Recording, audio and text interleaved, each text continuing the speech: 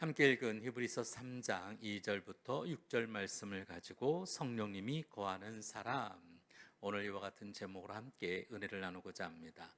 한번 고백해 볼까요? 성령님이 거하시는 사람. 우리가 지금 계속 살펴보고 있는 이 히브리서는 예수님의 탁월성을 변증하는 바로 그와 같은 서신입니다. 우리 주님이 제일이야. 한번 따라 볼까요? 우리 주님이 제일이야. 그래서 1장부터 보니까 천사와 비교하고 오늘 3장에 보니까 모세와 비교를 하게 됩니다. 2절부터 6절까지 모세라고 하는 우리 구약에서 우리가 제일 많이 알고 있고 또 제일 유명한 모세를 들어서 비교하는 내용을 볼 수가 있어요. 그리고 6절 하반부터 보면 히브리서 기자는 우리의 소망의 담대함 그리고 자랑을 끝까지 잡으면 우리가 그리스도의 집이 된다고 이야기합니다. 그분의 집이 된다라고 하는 것은 다시 말하면 우리를 성전과 같이, 내 몸을 성전과 같이, 그리고 그 안에 거하시는 성령의 충만한 오늘도 주의 은혜들이 우리 가운데 있게 되어지겠다라는 것이죠. 오늘도 성령님이 내 안에 거하시는 것, 이처럼 행복한 일이 또 어디 있겠습니까? 오늘도 이 행복한 말씀 함께 나누며 주의 은혜가 있기를 주의 이름으로 축원합니다. 성령님은 어떤 사람에게 함께 하실까? 먼저 첫 번째는 하나님께 충성하는 사람입니다. 같이 한번 따라해 볼까요? 하나님께 충성하는 사람. 오늘 2절 말씀을 같이 한번 볼까요? 시작. 그는 자기를 세우신 이에게 신실하시기를 모세가 하나님의 온 집에서 한 것과 같이 하셨으니. 히브리서 기자는 예수님을 모세와 비교하기 전에 뭐라고 표현했냐면 두 분 다 하나님께 충성했다라는 거예요.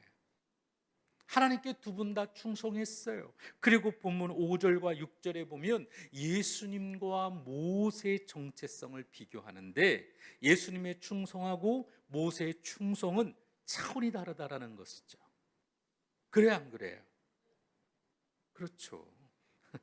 자, 오늘 본문 5절과 6절 전반부의 말씀을 우리 쉬운 성경을 통해서 한번 살펴보겠습니다. 같이 읽겠습니다. 시작. 모세는 하나님의 집에서 종으로 충성하였습니다.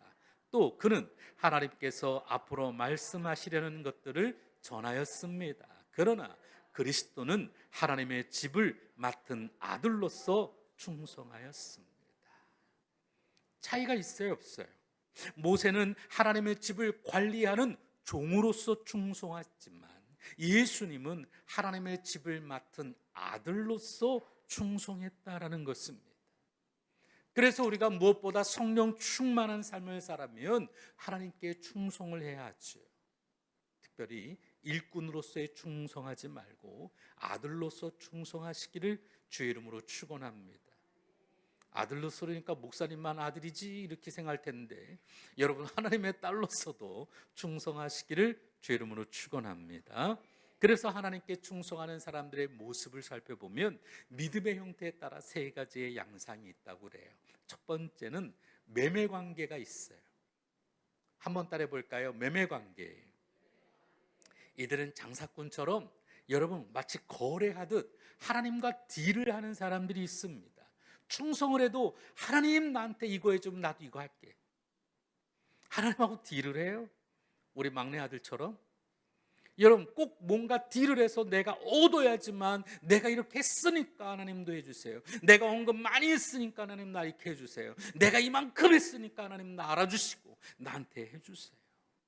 이런 사람은 눈에 보이는 하나님의 보상이 없으면 어떻게 되겠어요?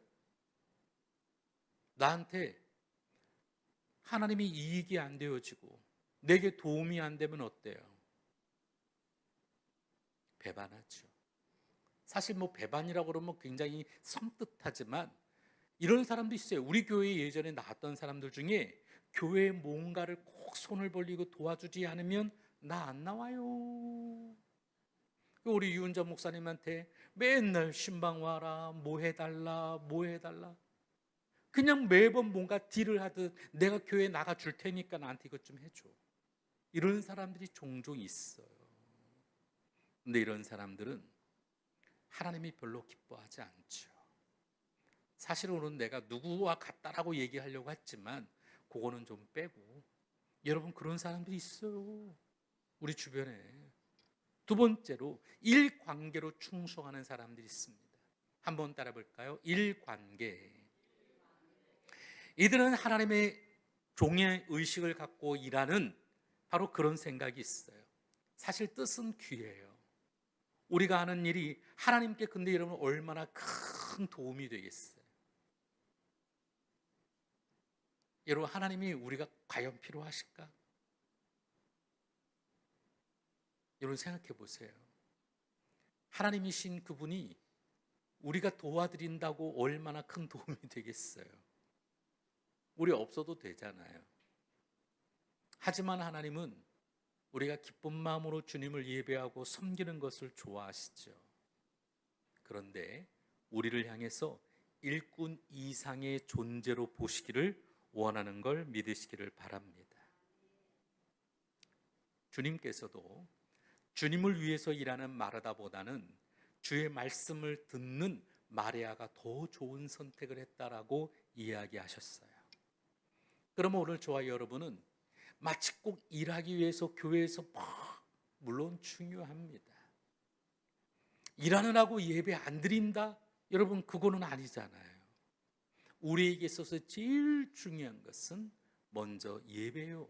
예배보다 더 중요한 것은 하나님을 향한 마음인 줄로 믿습니다. 근데 오늘 우리가 마치 꼭 일하기 위해서 교회 안에 존재한다면 어떻게 되겠습니까? 목사인 제가 여러분 마치 꼭 회사에서 일하듯 출근해서 그렇게 일하는 모습 여러분이 좋아하실까요? 어떤 분이 그러더라고. 어느 교회, 우리 교회 말고 다른 교회예요. 목사님이 꼭 일을 해야지만 좋아하는 권사님이 계시더라고. 그래서 목사님이 일이 있어가지고 새벽 예배를 빠지는 일을 용납을 안 해.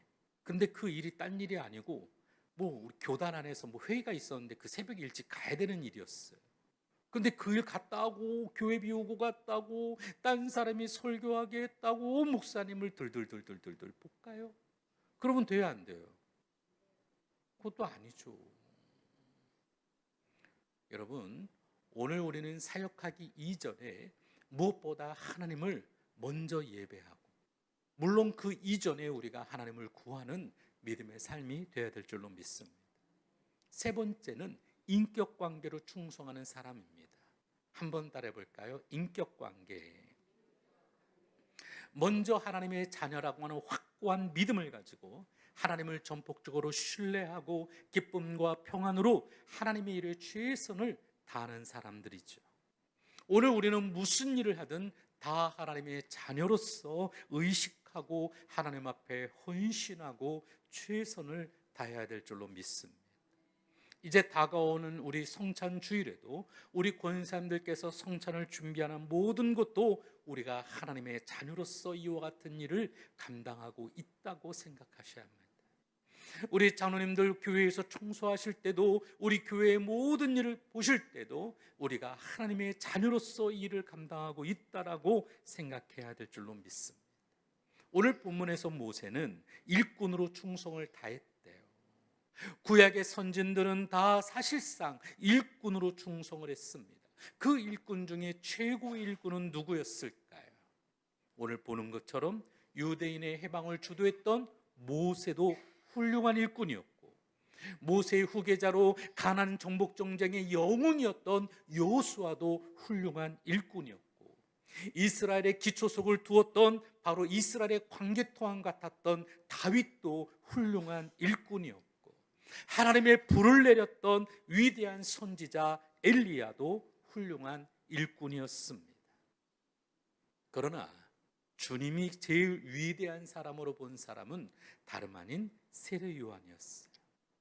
그는 말라기 선지자 이후 400년 만에 나타난 바로 선지자였을 뿐만 아니라 메시아의 길을 직접 대면하며 예비했던 사람 중 한 사람이었어요. 그래서 주님은 뭐라고 말했어요? 마태복음 11장 11절에 여자가 낳은 중에 침례 요한보다 큰 이가 일어남이 없도다. 여러분, 세례 요한을 이만큼 높여주시고 칭찬하셨어요. 그리고 그 다음에 주님이 뭐라고 말했느냐? 그러나 천국에서 극히 작은 자라도 저보다 크다. 이 말이 무엇이냐면 사실상 천국 백성이 된 오늘 우리가 세례 요한보다 크다라는 거예요. 어떻게 그런 일이 가능할까요? 제가 몇 번 설교를 했는데 세례 요한은 하나님의 일꾼으로 충성된 최고의 일꾼으로 우리 주님이 높여주시고 칭찬했지만 우리는 아무리 작은 사람일지라도 하나님의 아들이며 예수님의 핏값으로 구원받은 사람이라는 거예요. 이게 더 중요한 줄로 믿습니다. 여러분, 최고의 일꾼이 부럽습니까? 아니면 작은 자라도 하나님의 아들이 더 부럽습니까? 우리는 누구예요? 하나님의 아들, 예수 그리스도의 핏값으로 구원받은 오늘 저와 여러분이 더 존귀한 줄로 믿습니다. 그런 의미에서 예수님이 모세보다 나은 것은 말할 것도 없고 예수님의 핏값으로 구원받은 오늘 우리도 모세보다 낫다라는 거예요. 그러므로 우리는 하나님의 일꾼이라는 이 의식 중요해요. 충성하는 것 중요합니다. 그러나 하나님의 아들이라는 생각이 더 중요해요. 열심히 일해야 되지만 하나님의 아들이라는 생각을 갖고 일해야 한다는 것입니다. 일꾼은 계약관계이잖아요. 그러니까 우리는 당연히 계약한 것만 지켜야 돼요. 그래요, 안 그래요? 그래서 모세의 율법, 구약의 율법이 중요했습니다. 그러나 아들 관계는 어떤 관계예요? 부자 관계잖아요. 돈이 많은 부자 말고 아버지와 아들, 여러분 아시죠? 이 아버지와 아들 관계이기 때문에 여러분, 오늘부터 아버지하고 아들하고 계약을 씁니다. 너는 아들이고 나는 너의 아버지다. 그래서 아버지는 매일같이 너에게 잘해주되 얼마의 용돈을 줘야 하고, 너는 아버지를 위해서 무엇보다 심부름도 잘하고 말도 잘 듣고, 뭐 여러분 이런 계약관계를 씁니까? 우리가 써요? 우리 권사님 안 쓰죠. 사랑하는 손자하고도 쓰나요? 너는 하루에 한 번씩 꼭 할머니한테 와서 인사해야 된다, 문안해야 된다, 그래야지 내가 너한테 용돈을 주고 맛있는 것도 사준다. 여러분 이런 관계가 아니에요. 어쩌다 한번 와도 보고 감사하고 이뻐 죽겠는 것이 그 관계잖아요. 하다못해 사고 쳐도 내 아들이니까 내가 품어야 하고 사랑하는 존재잖아요. 이게 부자 관계 아닙니까?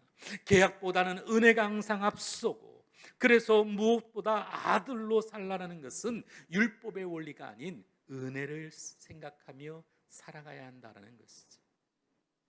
그처럼 은혜의 원리를 아는 자처럼 살면서도 우리는 아들로 충성한다라는 이 말이 지니고 있는 깊은 의미를 관가해서는 안 될 줄로 믿습니다.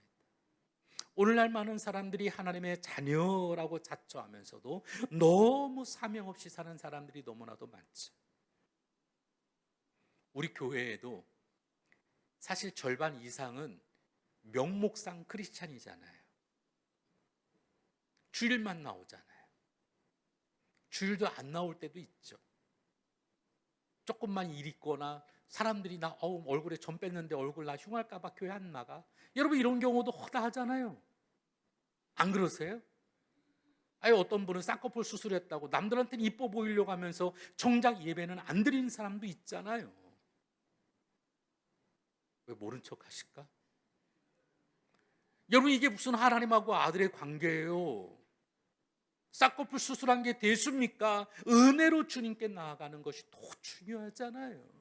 그 관계가 더 소중하고 값진 것을 우리는 깨달아 알아야 될 줄로 믿습니다. 그래서 은혜로 산다는 것, 아들로서 더 충성된 모습을 보여야 하는 줄로 믿습니다. 나는 아들이니까 내 마음대로 해야 돼, 방종하는 모습이 아니라 오늘도 아들로서의 충성하는, 때로는 예수님처럼 모세처럼 오늘도 그와 같은 삶을 살아가는 저와 여러분 되시기를 주의 이름으로 축원을 드립니다. 그럴 때 성령님이 내 안에 거하시고 오늘도 우리 가운데 성령의 충만함을 더해 주실 줄로 믿습니다. 그래서 무엇보다 우리는 하나님께 충성하는 사람이 되어지기를 주의 이름으로 축원합니다. 두 번째는 교회를 잘 섬기는 사람이어야만 합니다. 오늘도 성령님이 우리 가운데 거하시기 위해서 우리는 무엇보다 교회를 잘 섬기는 삶을 살아야 될 줄로 믿습니다. 따라합시다. 교회를 잘 섬기는 사람. 우리 3절 말씀을 같이 한번 읽어보겠습니다. 시작. 그는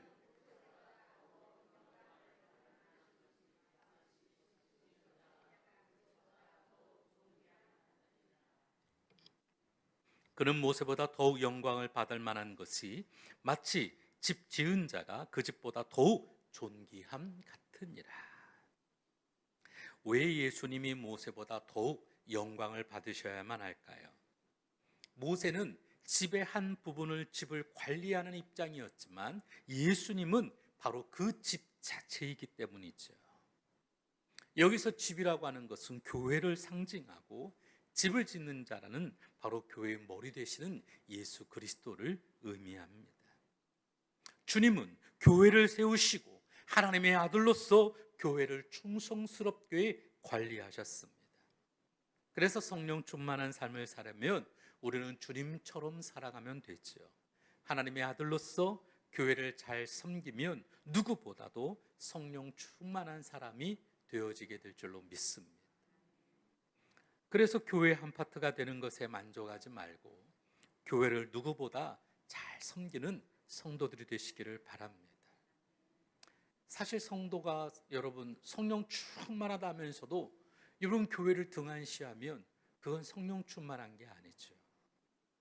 사실 제가 오늘 아침에 새벽에 출근을 하는데 아침에 고속도로를 저희 집에서 딱 들어섰는데 앞이 안 보여.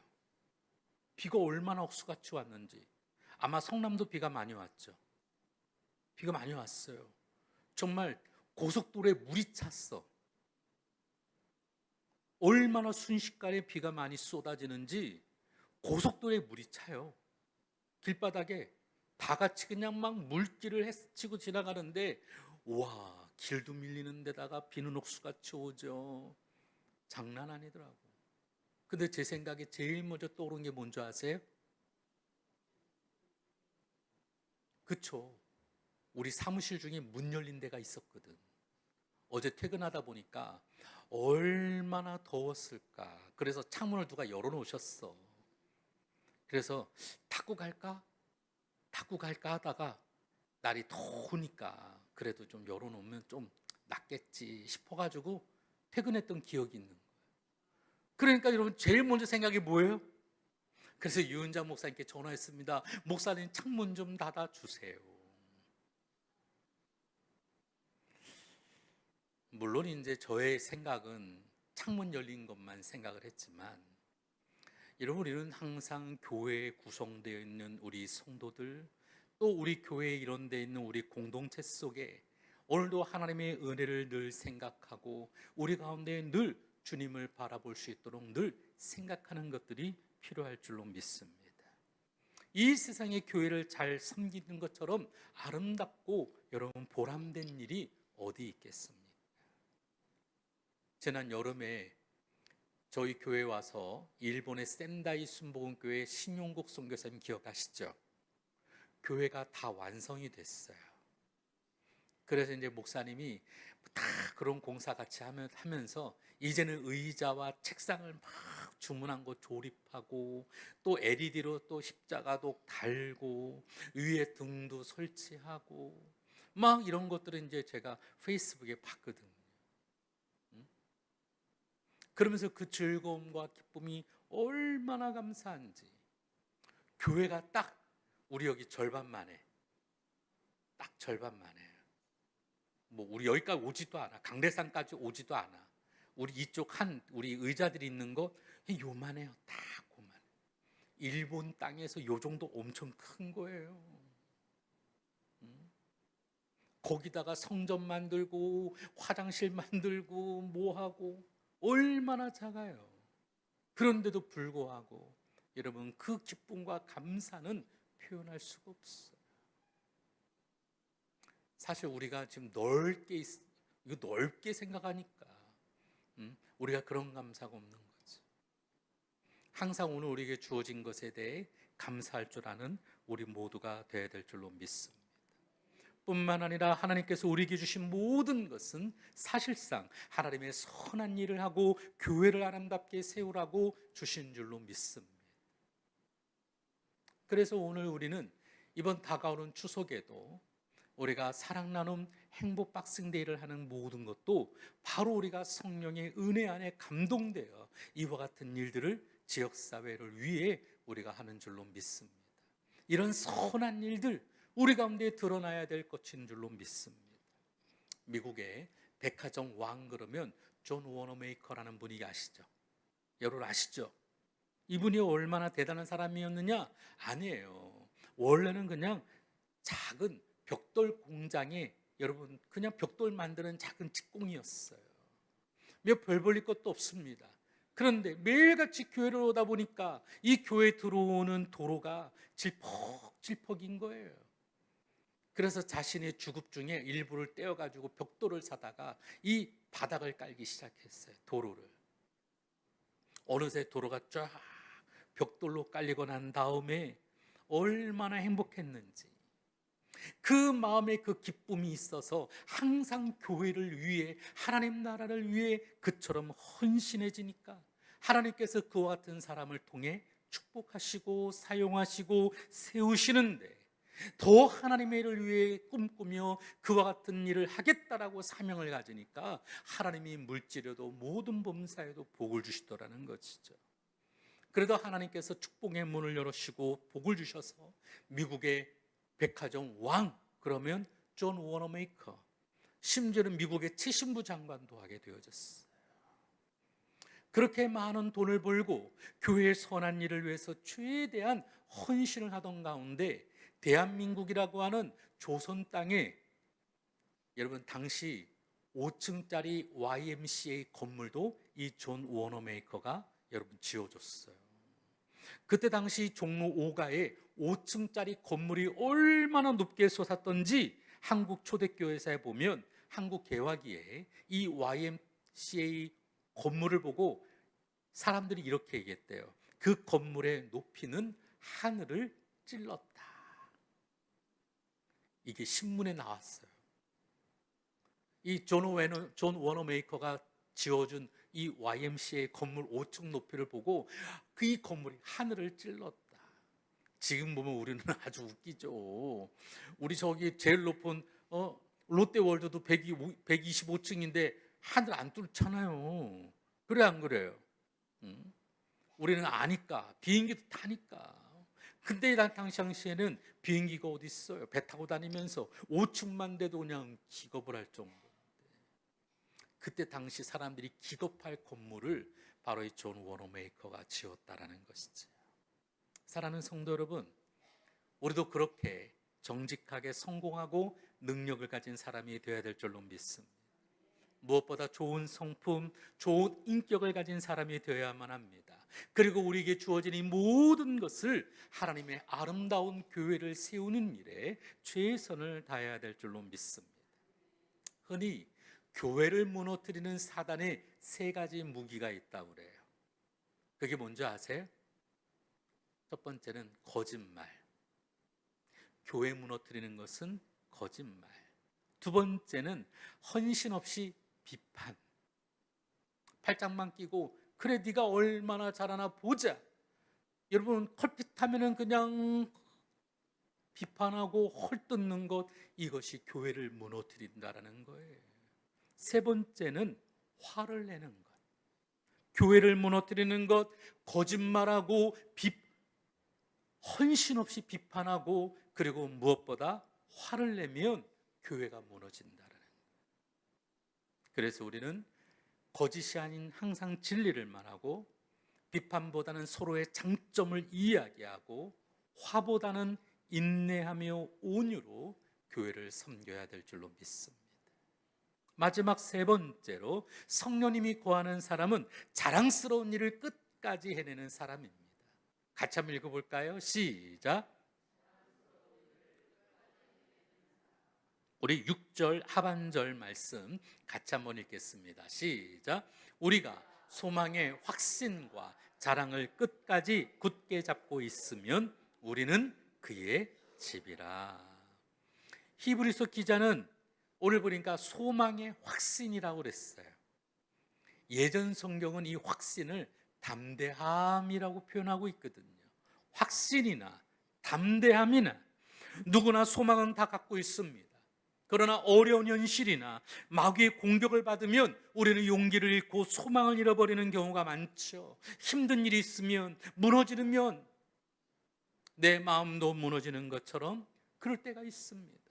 하지만 소망을 끝까지 붙드는 확신과 담대함, 우리는 용기가 있어야 될 줄로 믿습니다. 그래서 여러분, 우리 마음을 뺏기면 다 빼앗기는 거라고 그러잖아요. 이 소망의 확신, 담대함은 우리가 늘 지녀야 될 가장 중요한 가치가 되어질 줄로 믿습니다. 또한 히브리서 기자는 자랑을 끝까지 견고히 붙잡으라고 말하고 있어요. 이 말은 인간적으로 자기 자랑을 하라는 것이 아닙니다. 여기서 말하는 자랑이라고 하는 것은 자기 인간의 자랑이 아닌 바로 내가 그리스도의 자녀가 되었다라고 하는 것을 자랑하라는 것입니다. 신앙생활을 하면서 가장 치명적인 신앙생활의 적이 무엇이냐면 우리가 주님의 자녀가 된 자랑을 잊어버리고 다른 자랑을 내세우는 것이죠. 우리는 무엇보다 인간적인 자랑을 버려야만 합니다. 반면에 내가 하나님의 자녀가 된 것과 하나님의 충성하고 헌신하는 것, 또한 꾸준히 교회를 섬기는 것과 같은 우리 자랑스러운 바로 그리스도인의 덕목을 결코 포기하지 말아야 될 줄로 믿습니다. 우리가 얼마 전까지도 자주 불렀던 찬양 가운데 내가 지금까지 지내온 것은 주의 은혜라, 주의 은혜라. 여러분, 이 찬양 아시죠? 내가 하나님의 자녀가 된 것, 그리고 이 은혜로 살아가는 것, 내가 지금까지 잘한 것이라고 하는 고백이 우리 가운데 있어야 될 줄로 믿습니다. 하나님이 주신 마음 중에 가장 소중한 마음 중에 하나는 바로 인내하는 마음입니다.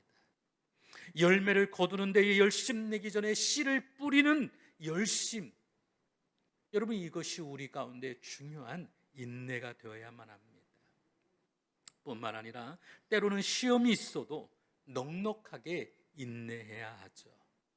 어떻게 시험 당하는데 넉넉하게 인내할 수 있을까? 내 영혼이 녹는 것 같고 내 지각이 흔들리는 것 같고 내 표현할 수 없는 그 답답함이 내 안에 있는데 목사님 어떻게 인내하라는 겁니까? 무엇보다 시험의 목적을 알면 인내할 수 있습니다. 시험은 아무에게나 오지 않습니다. 복받을 자에게 바로 시험이 있어요.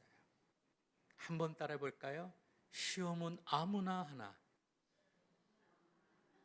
복받을 사람만 하는 거예요. 여러분 믿으세요? 여러분, 갓난 아기에게 시험이 있어요, 없어요? 예전에 우리 아들 키울 때도 우리 큰 누이가 와서 좀 울어봐 애 보고 자꾸 울리라고 막 그러는 적도 있어요. 여러분, 그렇다고 이걸 시험이라고 생각지는 않죠. 시험의 자격은 아무에게나 주어지는 것이 아닙니다. 고등학교를 들어가려면 중학교를 졸업을 해야 하고, 또한 대학교를 들어가려면 고등학교를 졸업을 해야 하고, 그래서 어느 정도 자격이 있는 사람에게 시험의 관문이 주어집니다. 그리고 그것을 위해서 열심히 준비하고 또 이 시험의 과정을 잘 치러낼 때 우리는 한 단계 더 업그레이드 되는 축복의 장으로 나아갈 수 있게 되는 것이죠. 시험이 들 때는 힘들지만 시험의 목적을 알고 나면 우리가 더 잘 준비하고 더 큰 복을 받고 성장할 수 있게 되어질 줄로 믿습니다. 그런 의미에서 시험은 축복의 징검다리와도 같습니다. 잘 통과하면 큰 하나님의 축복을 받게 되어질 줄로 믿습니다. 제가 예전에 여기 양벌리 쪽으로 여기 지금 건너가야 되는데 차를 가지고 가자니 애매하고 주차하기도 그렇고, 그래서 이게 차를 가져는 삥 돌아가는데 여기 뒤로 보면은 징검다리 있어요. 돌다리가 있어요.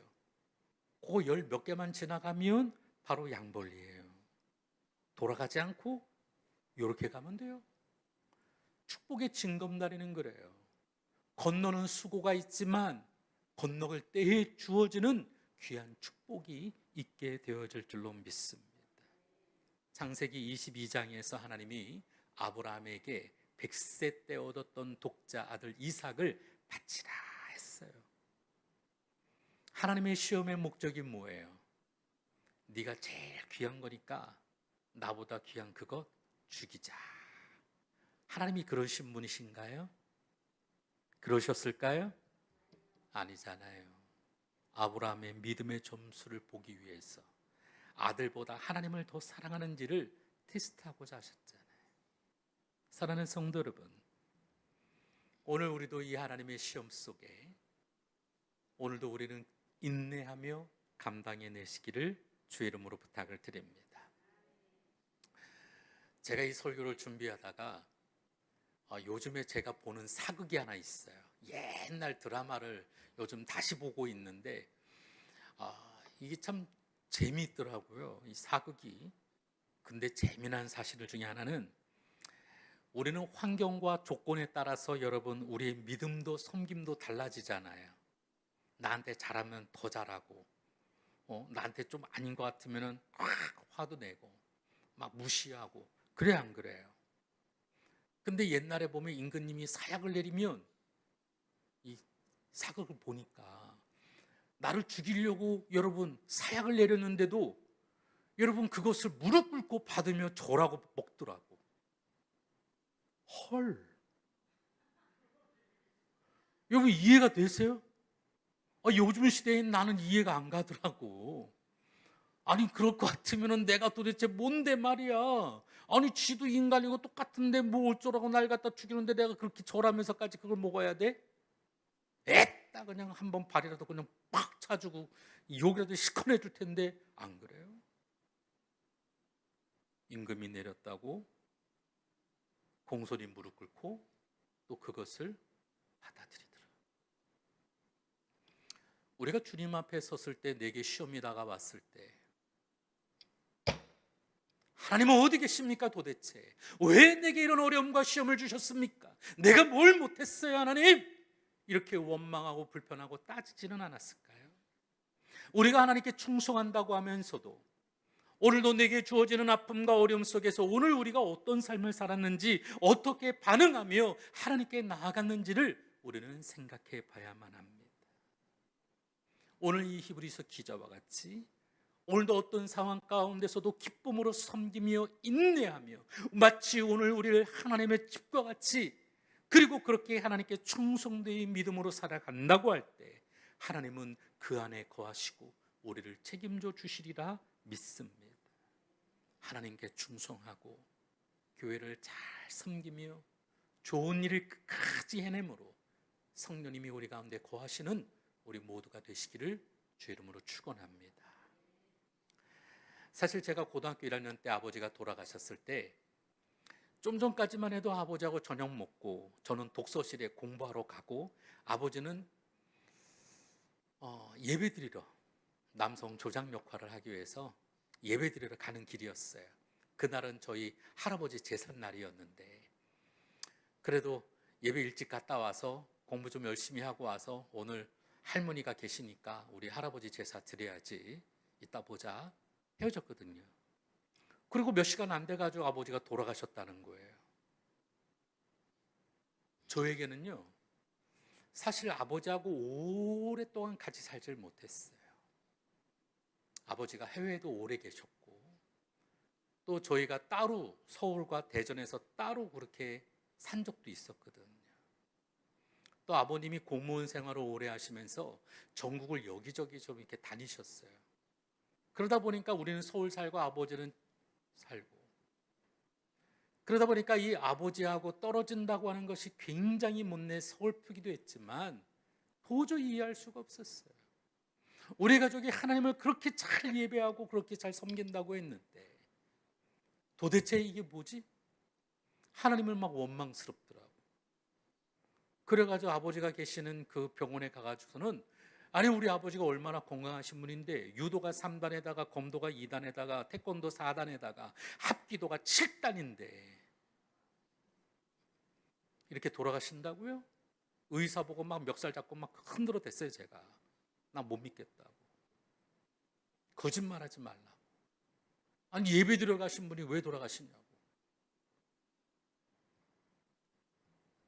하나님을 원망했어요. 도대체 하나님이 살아계신 거냐고. 말도 안 된다고. 그렇죠, 얼마나 건강하신 분인데. 근데 장례식 때 뭐 울음도 안 나왔지만 그냥 화가 이렇게 잔뜩 나 있었어요. 근데 다음 날 입관하러 들어갔는데 아버지의 모습에서 얼마나 평안하게 누워 계시는지 마치 꼭 저한테 그러시더라고. 나 먼저 간다. 하늘에서 보자. 그래서 저희 그때 성북 대교구장이었던 조순열 목사님이 와셔서 장례를 예배하는데 입관하기 전까지만 해도 화가 잔뜩 났었어요. 제가 하나님을 원망했거든요. 근데 입관하고 난 다음부터는 오늘도 천국 같다라고 하는 그 확신이 제 안에 들기 시작했을 때 무엇보다도 주어지는 그 평안함과 그리고 정말 뺏길 수 없는 그 하나님의 나라는 내게도 큰 소망과 같이 드러나게 되어졌습니다. 사랑하는 성도 여러분, 우리가 꼭 가봐서만 믿을 수는 있는 것은 아니고요. 오늘도 히브리서 기자가 말하고 있는 것처럼 우리가 끝까지 이 소망의 확신과 인내를 버리지 않고 붙잡으면 우리에게 하나님의 거룩한 집이 드러나게 되어질 줄로 믿습니다. 그러하기 위해 우리는 무엇보다 하나님의 일에 충성합시다. 그리고 교회 일에 무엇보다 사랑과 헌신으로 행합시다. 그리고 끝까지 인내한다면 오늘 우리에게 성령이 귀하고 복된 은혜들이 우리 삶 가운데 풍성하게 드러나게 되어질 줄로 믿습니다. 기도하겠습니다. 좋으신 아버지 하나님, 오늘 성령님이 거하시는 하나님의 거룩한 집이 우리가 되어지기를 원합니다. 우리 가운데 성령님 오셔서 오늘도 우리 가운데 하나님의 귀한 일을 꿈꾸게 하시고 보게 하시고 역사하여 주옵소서. 예수 그리스도 이름으로 간절히 기도드립니다. 우리 말씀을 생각하면서 성령 하나님, 오늘 우리 가운데 하나님께 충성하는, 그리고 무엇보다 교회를 위하여 헌신하는 믿음의 삶을 살아갈 수 있도록 잘 섬기게 하시고, 무엇보다 오늘도 주님께 인내하며 오늘도 자랑스러운 일을 끝까지 해내는 믿음의 삶을 살아가도록 성령 하나님 도와주옵소서. 주여 세 번 부르고 간절히 기도합니다.